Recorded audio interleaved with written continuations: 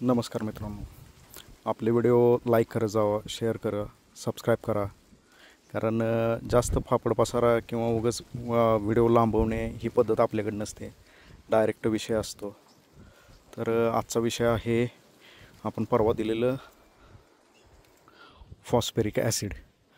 बघा मित्रांनो, मुळी जर व्यवस्थित झाली तर कसा छान रिझल्ट येतो. हे झाड पूर्ण पिवळं पडायला चालू झालेलं होतं.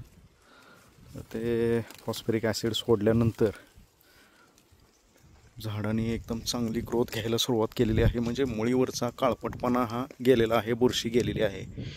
हे एकच झाड नसून हे झाड बघा, झाडाची ग्रोथ चांगली व्हायला सुरुवात झालेली आहे.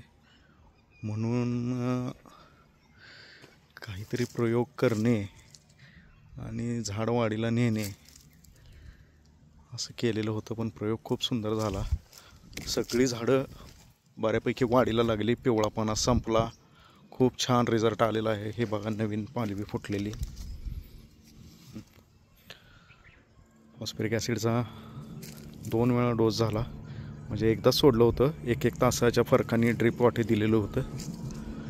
1-1 तास मोटर चालवली 2 दिवस. त्या मानाने रिझल्ट असा आला.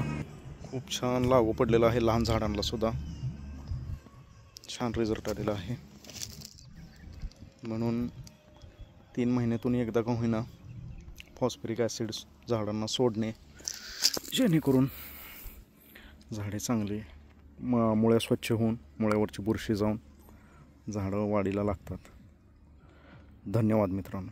थोडी सहकार्याची अपेक्षा आहे. धन्यवाद. लाईक करा, सबस्क्राईब करा, शेअर करा.